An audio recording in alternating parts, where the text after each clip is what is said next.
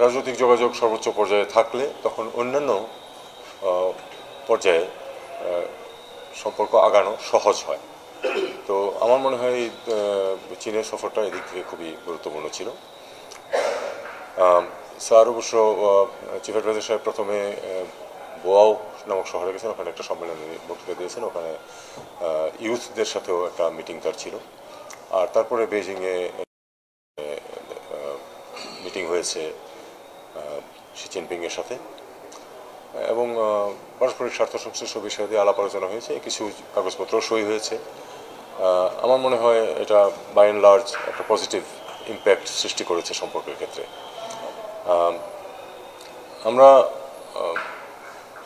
ব্যাংককে গেছি, বিমস্টেক সম্মেলন অনেকবার পিছিয়েছে, তারপর শেষ মতো বিমস্টেক সম্মেলন এ যোগ দিতে চিফ অ্যাডভাইজার সাহেব খুব অল্প সময় ছিলেন সেখানে। আগের দিন গেছেন, আগের দিন কিছু মিটিং হয়েছে এবং তারপরের দিন মিটিং শেষ করে উনি রাত্রেই চলে এসেছেন, রাত্রে মানে সন্ধ্যায় ফেরত রওনা দিয়ে রাত্রে পৌঁছে গেছেন ঢাকায়।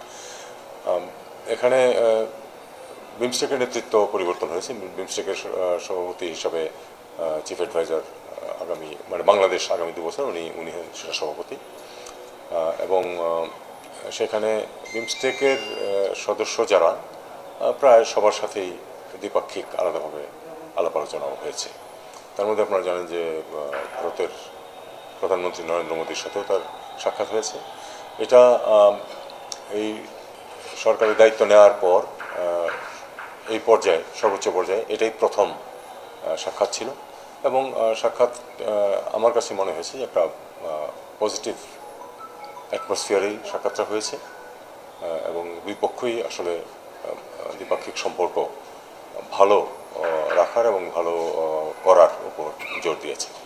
নির্বাচন নিয়ে কথাবার্তা প্রায় যে কোনোখানেই যখন কথাবার্তা হয় তারা বলেন, কারণ এই সরকার তো নিজে থেকেই বলেছে যে যথাশীঘ্র সম্ভব তাদের দায়িত্ব শেষ করে, যেগুলি দায়িত্ব এই সরকারের উপর আছে সেগুলো দায়িত্ব শেষ করে যথাশীঘ্র সম্ভব নির্বাচন দিয়ে রাজনীতিবিদদের হাতে ক্ষমতা হস্তান্তর করে দেওয়া, এটা এই সরকারেরও অঙ্গীকার। কাজেই এটা যদি অন্য কেউ বলেন, এ কথা প্রায়শই উচ্চারিত হয়, এমনকি যেসব দেশে হয়তো গণতান্ত্রিক চর্চা নেই তারাও জানতে চান এক ধরনের স্থিতিশীলতার জন্য, এক ধরনের প্রেডিক্টেবিলিটির জন্য। কারণ ইনভেস্টমেন্টের প্রশ্ন আছে, তারা জানতে চাইতেই পারেন যে কীরকম পরিস্থিতি হবে বা কখন নতুন সরকার আসবে ইত্যাদি। এটা তাদের নিজেদের সাথে তারা জানতে চাইতে পারেন, আমরা এটাকে সেভাবেই দেখি।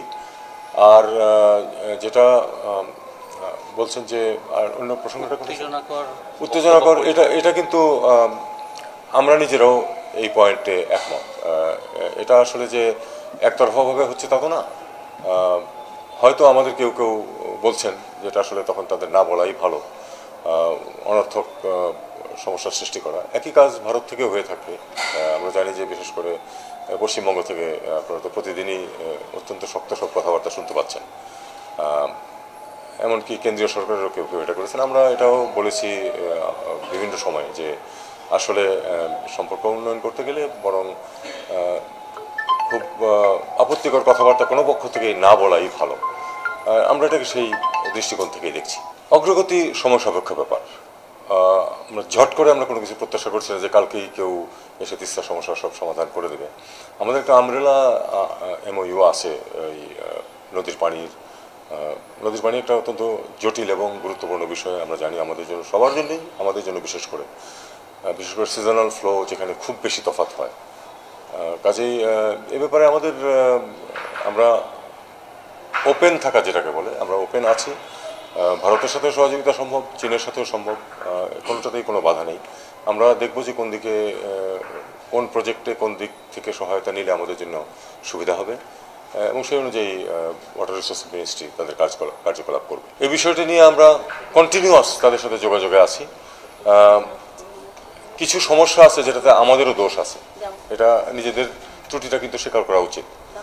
কারণ এই যে 60,000 কাগজপত্র, মানুষের জন্য যে কাগজপত্র ইস্যু হয়েছে, সেই কাগজপত্রগুলির ভিত্তি অনেক ক্ষেত্রেই সঠিক নয় বলে আমরাও জানি, ইটালিয়ানরাও সেটাকে পয়েন্ট আউট করেছে এবং তারা আমাদেরকে যেটা বলেছে যে তারা এগুলো সব চেক আপ না করে দিতে পারবে না। আমাদের এটা দুঃখজনক হলেও সত্য যে আমাদের কাগজপত্রের জেনুইনিটি নিয়ে বিশ্বব্যাপী বিভিন্ন সময় বিভিন্ন দেশ থেকে কিন্তু সন্দেহ প্রকাশ করা হয় এবং তাদের সন্দেহ অমূলক নয়, এটা আমরা জানি।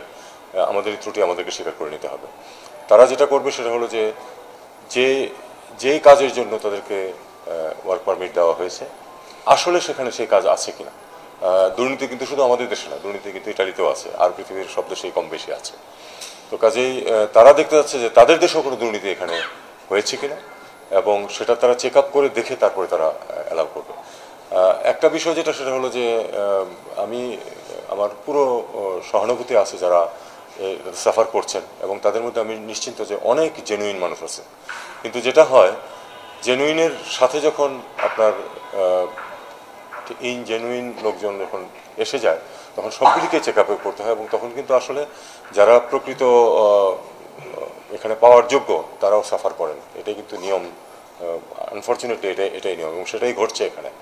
তারা তাদের দেশে দুর্নীতি হয়েছে কিনা এবং যেখানে চাকরি দেওয়া হয়েছে বলে কাগজ ইস্যু হয়েছে আসলেই সেখানে ওই পরিমাণ চাকরি আছে কিনা এটা তারা পরীক্ষা করছেন।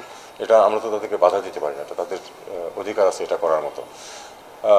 পুরো সিম্পেথি সহ আমি একটা কথা বলছি, সেটা হলো যে আসলে এখানে তারা আন্দোলন করুন, তারা ডেসপারেট হয়ে করছেন আমি বুঝতে পারছি, কিন্তু এর মাধ্যমে কিন্তু সমস্যার সমাধান হবে না। সমস্যার সমাধান কিন্তু আসলেই ইটালিয়ানদের হাতেই, এবং আমরা তাদেরকে অবিরাম চাপ দিয়ে যাচ্ছি যে তাড়াতাড়ি করার জন্য। ভিসা হচ্ছে একটা দেশের সম্পূর্ণ সোভরেন রাইটস, তারা যদি না দেয় আপনি কিছুই করতে পারবেন না। তাদেরকে আপনি বলতে পারবেন না কেন দিচ্ছেন না, এই প্রশ্ন আপনি উত্থাপন করতে পারবেন না। আমরাও বন্ধ করে দিতে পারি, সে নিয়েও তারা, আমরা যেমন আগরতলাতে বন্ধ করে দিয়েছিলাম সাময়িকভাবে, আবার আমরা খানিকটা চালু করেছি। এখন পিপল সেন্ট্রিক কথাটা আসলে তো এক একজন এক একভাবে নিতে পারেন, কিন্তু যেটা স্পষ্ট করা হয়েছে জনাব মোদী এটা খুব স্পষ্টভাবে বলেছেন যে বাংলাদেশের সাথে সম্পর্ক দেশের সাথে, মানুষের সাথে, এটা কোনো দলের সাথে নয়। এটা উনি স্পষ্ট করেছেন। এটা আমি এটাকে একটা পজিটিভ ইন্ডিকেশন হিসেবেই দেখতে চাই। ভিসার ব্যাপারটা তাদের ব্যাপার, আমরা চাইবো যে তারা রিজার্ভ করুক, কিন্তু না হলে যেটা বিষয় হবে সেটা হলো যে কোনো প্রকৃতিতে তো কোনো ভ্যাকুয়াম থাকে না। যদি সেখানে ভিসার অভাবে লোকজন যেতে না পারে তারা অন্য কোথাও যাবে, এবং যাচ্ছে ইতিমধ্যেই। আমরা সেটাও মানে সহায়তা করব যে সমস্যা যাতে না হয়, কারণ আমাদের লোকজনের যে কারণে ভারতে যেত সেই কারণগুলি যদি অন্য কোনো দেশের সমাধান করা যায় আমরা সেটাও চেষ্টা করব। আর যদি আমরা চাইবো যে ভারত ইজ করুক, কিন্তু এটা তাদের নিজেদের ব্যাপার, তারা যদি চায় ইজ করবে তাহলে তাদেরও স্বার্থ উদ্ধার হবে, আমাদেরও স্বার্থ উদ্ধার হবে। কারণ আমরা জানি যে আসলে বিশেষ করে কলকাতার অর্থনীতিতেও ক্ষতিগ্রস্ত হচ্ছে, হসপিটালগুলিও ক্ষতিগ্রস্ত হচ্ছে ভিসা না দেওয়ার কারণে।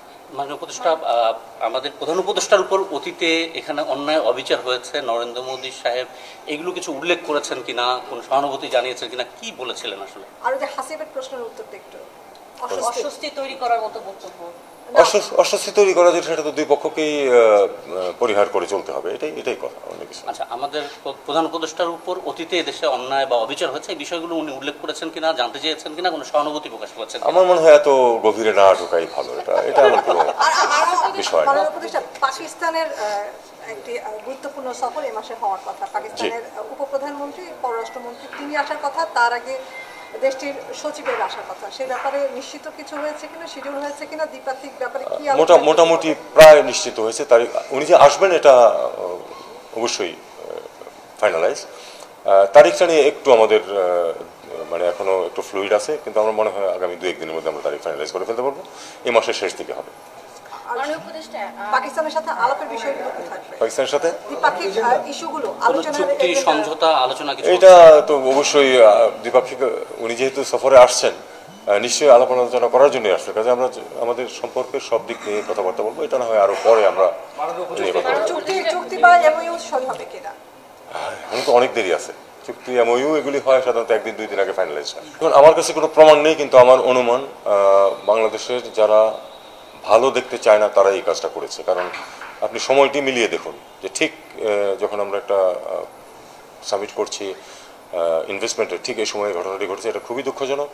এবং ইতিমধ্যেই সিদ্ধান্ত হয়েছে, আইজি সাহেবও তো বলেছেন যে ফুটেজ দেখে যাদেরকে শনাক্ত করা যাবে তাদেরকে শাস্তি দেওয়া হবে। কারণ লুটপাট প্রোটেস্টের অংশ হতে পারেন, আপনি মানববন্ধন করতে পারেন, আপনি রাস্তায় দাঁড়াতে পারেন, প্লাকার্ড বহন করতে পারেন, কিন্তু আপনি যখন লুটপাট করছেন সেটা আসলে প্রোটেস্ট না, সেটা হলো একটা অপরাধ। কিন্তু এটা প্রভাব পড়বে কিনা আমরা আশা করবো যে প্রভাব পড়বে, আমরা আশা করবো যে প্রভাব পড়বে না।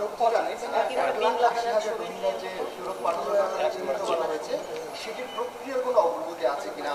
না, এটা দেখুন, আমরা এ ব্যাপারে খুব স্পষ্ট কথা আমি আপনাদেরকে বলি, সেটা হলো যে তাদের আমরা চেয়েছি যে তাদের মুখ থেকে কথা আসুক যে তারা ক্লিয়ার করেছে 1,80,000 মানুষকে তারা ক্লিয়ার করেছে ফর রিপেট্রিয়েশন, আর মানে 2.5 লাখের মধ্যে।